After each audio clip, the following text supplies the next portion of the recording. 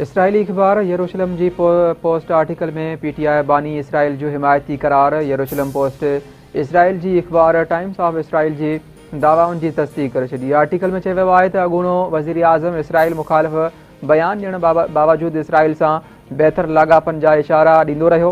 PTI बानी Israel जे लाइ हमख़्याल सियासतदान आहे। बानी पीटीआई जी चूंडुनि में कामयाबी पाक इसराइल लाॻापन जो नए सिर जाइज़ो वठण जो मौक़ो आहे। फ़ौजी इस्टेब्लिशमेंट डिघो वरसो इसराइल सां लाॻापन खे मामूल ते आणण खां रोकियो।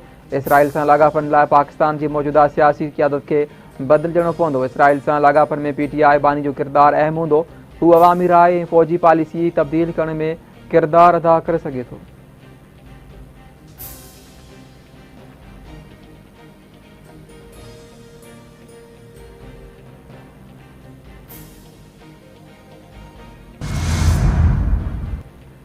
यरूशलम पोस्ट जो इंकशाफ अफ़सोसनाक आहे। इसराइल खुलियल अंदाज़ में चई रहियो आहे त पीटीआई बानी इक़्तिदार में हुजे त असांखे फ़ाइदो थींदो। सिंध जे सीनियर वज़ीर शर्जील इनाम मेवण जो इसराइली अख़बार जे आर्टिकल ते रद्दअमल। संदसि चवणु हो त लंडन मेयर जे इलेक्शन में पीटीआई बानीअ पाकिस्तानी ॼाए शहरी ख़िलाफ़ मुहिम हलाई। ख़बर साम्हूं आई हुई त पीटीआई बानीअ जी काबीना जा वज़ीर ॻुझे दौरे ते इसराइल विया हुआ।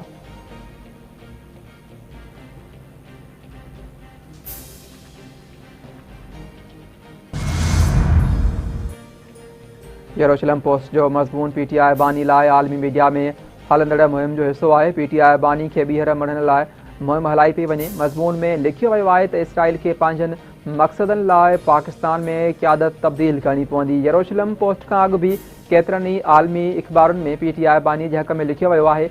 माण्हुनि खे भटकाइण लाइ सोशल मीडिया ते ज़हर उगाचियो पियो वञे। रियासत ऐं इदारनि ख़िलाफ़ सोचियल सम्झियल साज़िश तहत मुहिम हलाई पई वञे।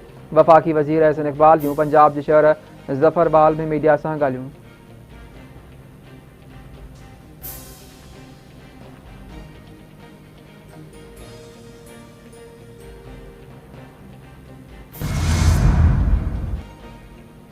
यरूशलम पोस्ट पीटीआई बानीअ खे हमख़्याल शख़्स करार ॾिनो।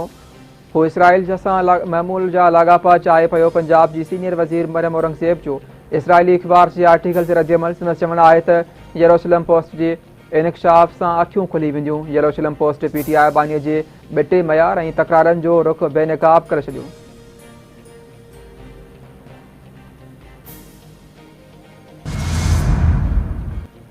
Peoples party chairman Bilawal Bhutto ज़रदारीअ जे बलोचिस्तान में पुलिस जी गाॾीअ ते फायरिंग जी मज़म्मत। हमले में एएसआई समेत 3 एहलकारनि जी शहादत ते अफ़सोस ऐं शहीदनि जे ख़ानदाननि सां दिली ताज़ियत जो इज़हार।